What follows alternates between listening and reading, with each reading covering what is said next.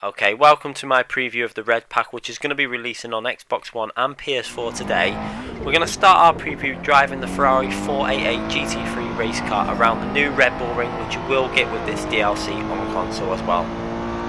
Okay, so if you haven't driven the track before, most people will have done if you're into sim racing, etc. Although it's not been on many games, to be fair. It's obviously been on the F1 games. It's the only other game that I have ever played this on is Grid Autosport, and it was really good fun on that track. So basically the same as on that track, on that game. Very similar obviously, but the layout's a bit slightly different with the track width, because Codemasters on the Grid series tended to make the tracks very wide when they weren't that wide. It's one thing I always pick up, especially around Spa on that game. But anyway, carrying on with this, it really is a good track. It's a very fast track, very short. F1 car 1 minute 8 seconds I think a lap. This GT3 car just around the 1 minute 30 mark. It's probably a similar length to, I'm trying to think what tracks are very similar. Maybe Vale Longer is not much longer, I'd say. It's quite a short track, but this is a much faster flowing track. You've got these corners that are coming up now. Really, like, once you get these corners nailed, where you're going left flat out and then into the right hander flat out, really nice feeling in the car as you do that. And then this right hander up ahead now, kind of an off-camber corner where you've got to get the braking point perfect and chuck it in. On this go, I think this lap was okay. The last lap, which was faster, we missed it slightly. You see that you want to try and get it in a bit early, then you've got to be careful on that exit when you're going towards the curb. Obviously these are just my very early laps on the game, and I think this was about my third lap with this car, and obviously on this track I've never been on this track before, so learning both things. Not really many changes with the setup, we hardly touched anything, we're just testing out the car. The car feels very good. It kind of feels a bit similar to the 650S in terms of the way it handles, but different. It's hard to explain. The back end feels a bit looser, but we'll be interested to see how fast this car is with a good setup. I'll probably end up taking it to Spa to get a benchmark, because that's the track I know for benchmarking the cars, to see how fast they are. So it'll be interesting to see how fast this car is. Obviously there is another version of this track as well on the DLC. It's the shorter version, which I'll be testing out on the video after this. We'll see in a minute as we come to the next car that I'm going to test out. But actually I think it's a bit further on in the video when we test out the Maserati, because we're going to concentrate on the Ferraris to start with. I'm going to just do the Ferraris, group them together, Ferraris, Maseratis, etc. But it's a very, very small track, the short version of the track, but it's still an enjoyable track. Going back to this car, like I say, for a GT3 car, I think this is going to be on the top, the higher end of the specs. I've seen people doing laps on YouTube before the latest tyre model, and this was very fast, this car. Whether that has been nerfed down, just maybe changed slightly with the tyre model 10, I'm not too sure. You can see there we missed the apex that corner and we ran wide, but we got the last corner quite nice, got the pound nice and early, as you can see there. Really nice track once you get used to it. So will it be interesting to see when we get good setups for this car, how it actually plays. So we're going to move on to letting you guys watch the replay from that lap, them 2 laps around the track. It sounds really nice. It's not as nice as the for the GT2 Ferrari, which is in the game. It doesn't sound as good because this is clearly not the same. That is a naturally aspirated engine. This is a turbo engine, so it's not going to have the same sound, but it still sounds really good. I'll let you guys listen to it on the replay now, and then I'll come back when we're looking at the next car in the DLC pack.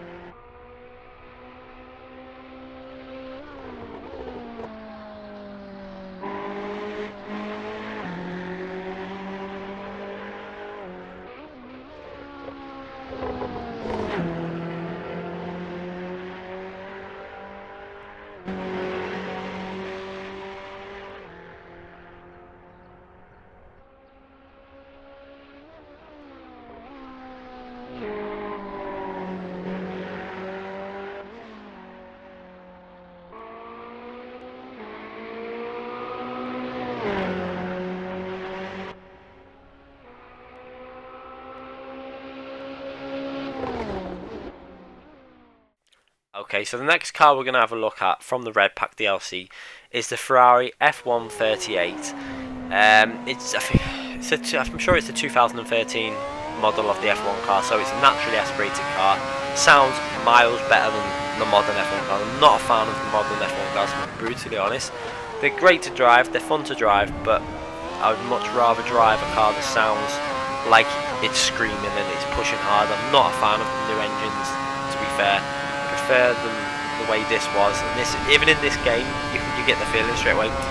The next car we're going to have a look at is the 2015 hybrid F1 car, and instantly it's a good car to drive, it's fun, but I would choose this car over that any day on this game, as I would in real life. And I hope one day they go back to something like some sort of naturally aspirated engine, although I doubt that will ever happen because of the way F1 has to be perceived, etc. Like basically at the front of technology. But we don't know, it might happen, and hopefully one day it will, because I'm not a fan of the new engines. But this car in this game handles so good, it feels like I want the F1 games to go with their handling. It feels how it should feel for an F1 car. I mean, that is probably because this car is based on the naturally aspirated engine, so it's gonna feel different. But even the 2015 cars, in my opinion, handles better than the F1 games. The new F1 game is a good game. It's fun, but on this game it handles and feels more realistic, how I would imagine it would drive in real life. But I do like the F1 2016 game. But to be fair, if I have a choice of playing this over that, I'm always going to choose the Assetto Corsa. It's a better game. It's got better physics in my view. It might not have better features, etc., but it's got a lot more realistic physics to the game, and it's so much fun to drive. You can see there, we're pushing this hard, trying to get round the corner there, just being careful. Remember that you got the DRS, and luckily with this car on this game you can only use the DRS within the DRS zones, unlike project cars where you can just use the F1 car pretty much anywhere with the DRS zones. I think with the other F1 car you might be able to in the game, the standard Lotus one. I'm not too sure how that works, whether they've patched it in or whether it's just tracks that have DRS zones that you can just only use in the DRS zones. I've never really tested that. But what I'll do now is I'm going to let you guys watch the replay of this car. As you can hear it screaming around the track. I'll stay quiet and let you guys have a little listen, then we'll jump onto the modern day F1 car, the 2015 model.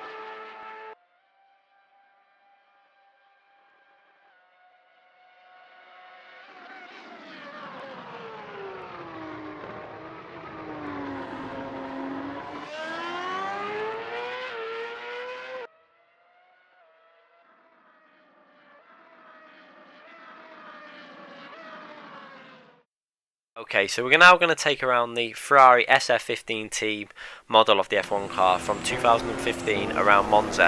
And the first thing you're going to pick up on from driving, from listening to the sound, is just straight away the sound.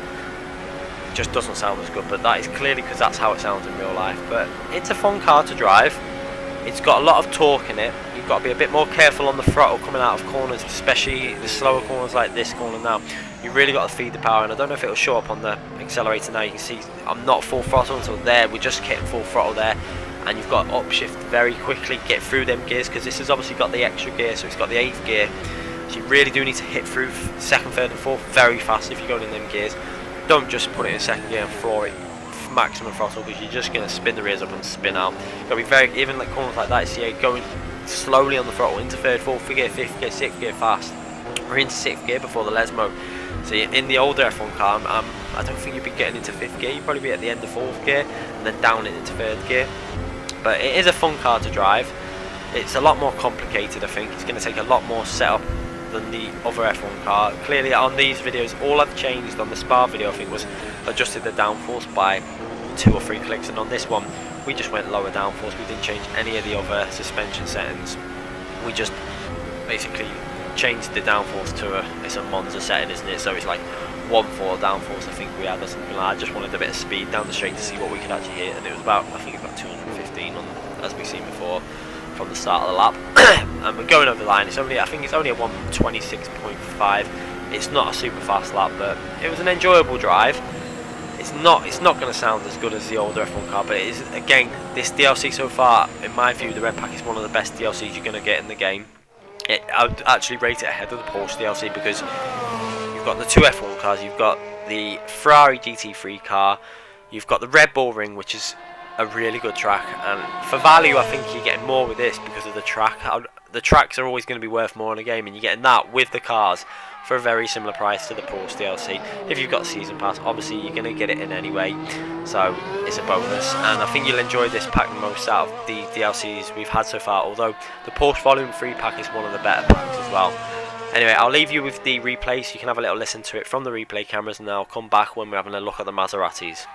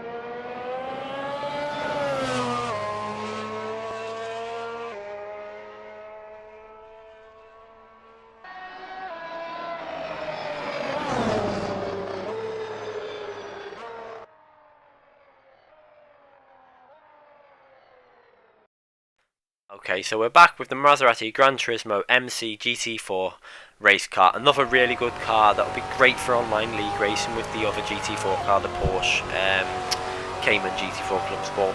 These two cars are very similar. I think in terms of lap time they're identical from what I've seen so far. I haven't tested them properly, but from what I can tell from the time trial times that they set within the cars, they're very similar.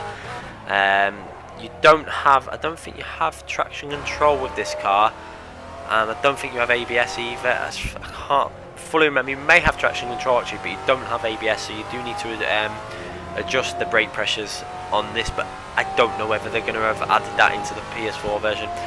I'll have a look hopefully today when the content is added. I don't know if there'll be a patch or whether it will just go straight on the store, but I'll have a look and see if they've added the brake pressures into the game. I'm hoping they have, because it's something that we really need on the console for these cars that don't have ABS, as it's really annoying that you touch the brakes and you're basically instantly locking up, and you have to adjust your setup to stuff that you wouldn't normally do just to cater for that. But anyway, this is obviously the shorter version of the track, as you can see, of the Red Bull Ring, which you're getting on the DLC. So you're basically missing out the long, you're cutting the long straight now in half, and then rejoining after the tight bend. So you basically got the 90 degrees right hand, and then a right hander now that flows quite nicely into this left hander when you get it right. I got a nice, really nice drift going through these corners. I should have really added it into the video. It looked pretty good. It was in this car and I drifted the whole corners. So it was when the first time with the car and I was pushing a bit too hard, but it looked great. But as you can see there, a nice short version of the track. Should be really good fun for online races. This track in this car as well would be great fun. Anyway, that is the short version of the Red Bull Ring and the GT4 car. Great car. Really looking forward to driving this online against the Porsche and seeing how it compares. And we're going to move on now to the replay from that. I'll let you guys have a little watch of the replay, and then we'll move on to the older Maserati cars, which we're going to get to in a second.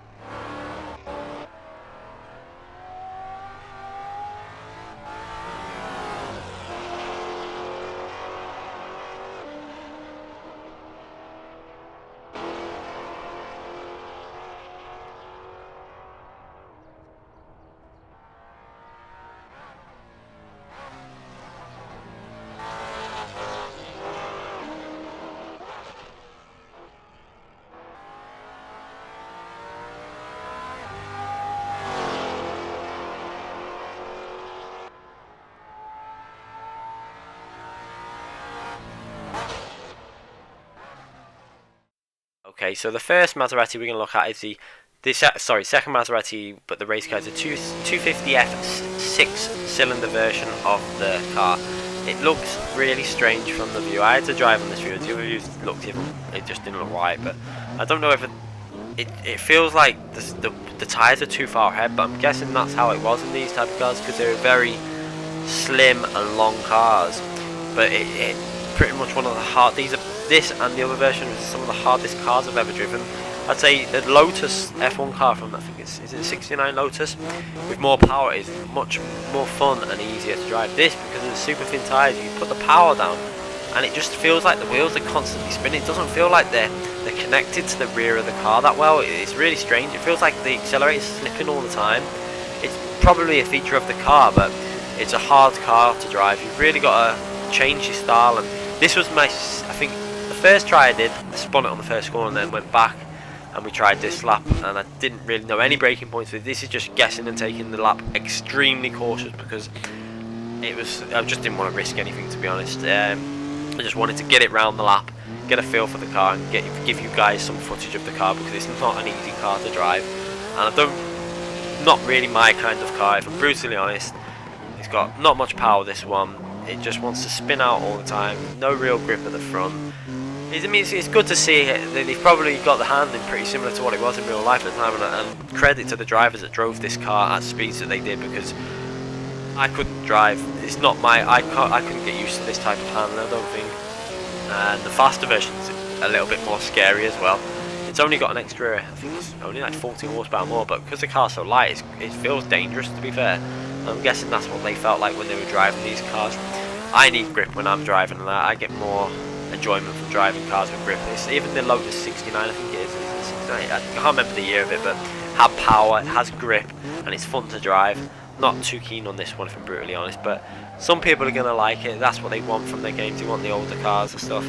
It's not my favourite car. I do like a lot of the older cars on the games, the mechanical feeling, but I like to have a bit of grip with it, and this isn't really my favourite kind of car, to be brutally honest. But because of the quality of the other three Ferraris and the Maserati GT4, and the fact that Red Bull Ring this is my favourite DLCs, to be honest, from all of them. But you do have these two there if you really want to drive them, although I think the only chances I'll ever have what will be of me driving these cars again on the game will be if they're in a special event, as I can't see myself picking up the game, going on, loading it up and saying that's what I want to do is drive these cars. They just don't appeal to me at all, really. But I've got you some footage from this car, and we're going to have a look at the next car, which is the 12C in a minute after I've shown you the replay of the car. And I've just thought I might as well do it on the same track, because I've kind of learnt the braking points with this lap, and I thought with the faster car at least I know kind of what to do, and it'll be a comparison, how it handles, how it drives, etc. So I'll leave you guys with the replay from that lap now, and then I'll jump ahead and we'll be on the 12C version, the 12-cylinder version, in a minute.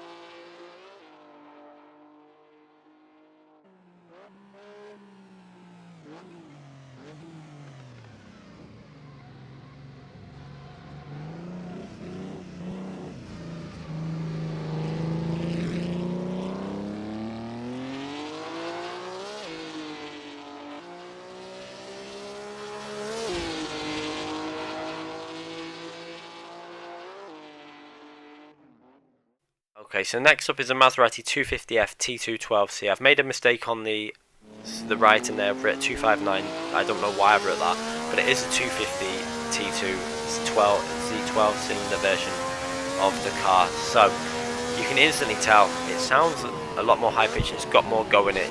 It is more fun to drive than the other one, but it's also more scary because it will try and kill you at any opportunity. It has more ability to catch slides, so that's the only thing with it because of the power. But I'm literally spinning down the straight here now in 4th gear. It felt like the rears were spinning up.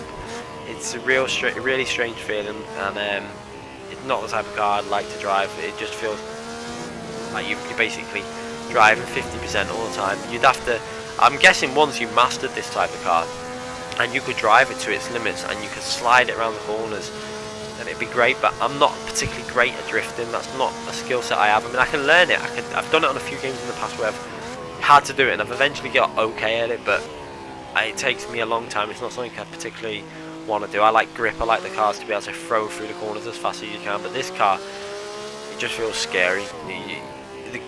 The gearing needed altering as well with this car, because I actually changed some of the gearing settings with this because the gearing was set so strange. It was done so basically first, second and gear were really low, and then I think it was third gear was reasonable, but then there was a massive gap between the gears between third and fourth and fifth, so I brought them all closer together just so that the acceleration was more of a gradual process rather than just a big gap.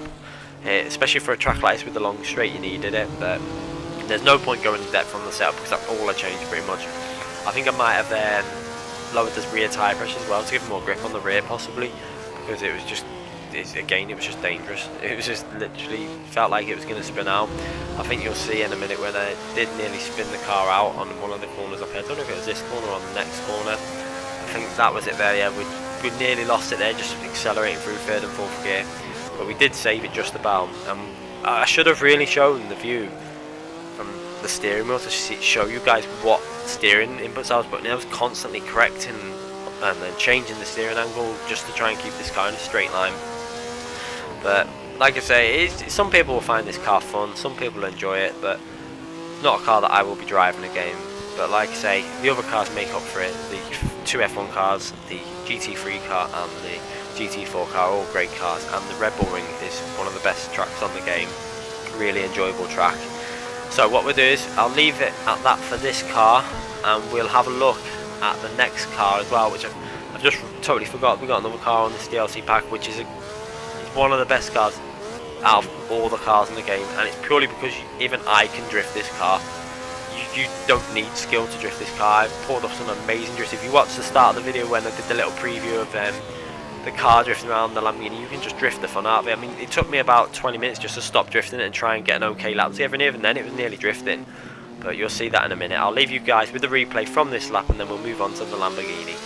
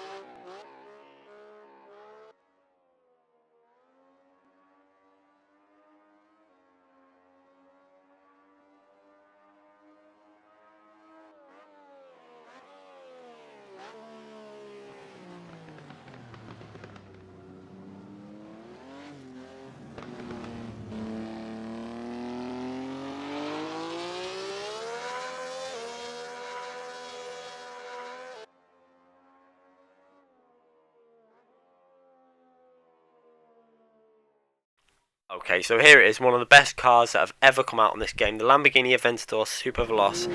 This car just wants to drift around every corner, and you will need a little bit of skill in terms of wheel control and throttle input, etc. But I think I nearly did a whole lap of just deliberately going around the track and drifting the whole track on purpose. I should have really tried to do that for this video rather than trying to hot lap it, but I did just try and get a clean lap in just to see if you could get a clean lap. But even when I was trying to get a clean lap, you can see it just wants to get that rear end out and just let you hold it.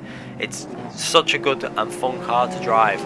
It's because it's four-wheel drive. Obviously you lose the back end, you put the power down, and you don't need to put a massive amount of steering input to hold the slide. It's just set up very well as standard. I didn't touch anything on the setup, just left it totally as it was. As you can see there, with just a little bit of opposite lock, lift off the power slightly, put the throttle back in, and it just grips up. Really good car to drive, and definitely one of the best cars in the game. It's got grip as well, which I like from these road cars. Even though you can drift it, it's still got the grip on the turning. The front end has got a lot of grip, which gives you the ability to just drift around these corners. This wasn't an all-out hot lap. This was me kind of just playing with the car after about 4 laps of like going for an okay lap. We spent about 20 minutes just drifting around the corners, and it is definitely a car. It's a car I've totally forgot when I've just been talking before about this car on the DLC. This, with the other cars, makes this DLC by far the best DLC they have released for this game. And if you only want to buy one of the packs, the Porsche or the red pack, I would personally buy the red pack purely because of the other cars, this car and the Red Bull Ring. 100%, that is my view. The red pack is the best pack on the game. Hopefully when the other packs are out, you see what they're like. The Porsche DLC free pack is another good pack, but it's not as good as this. This pack is the clear winner in my view of what is the best pack. What I'll do now is I'll let this video play out, and then I'll let it play for the replay camera so you can have a listen to the sound of this car. Sounds great as well, this car. Worth watching on the replay camera. Make sure you subscribe if you haven't subscribed to my channel. I'm really grateful for all the subscriptions I get, and also hit that like button. I really like to see them likes go up. Thanks again for watching, guys, and I'll be back with more videos again very soon.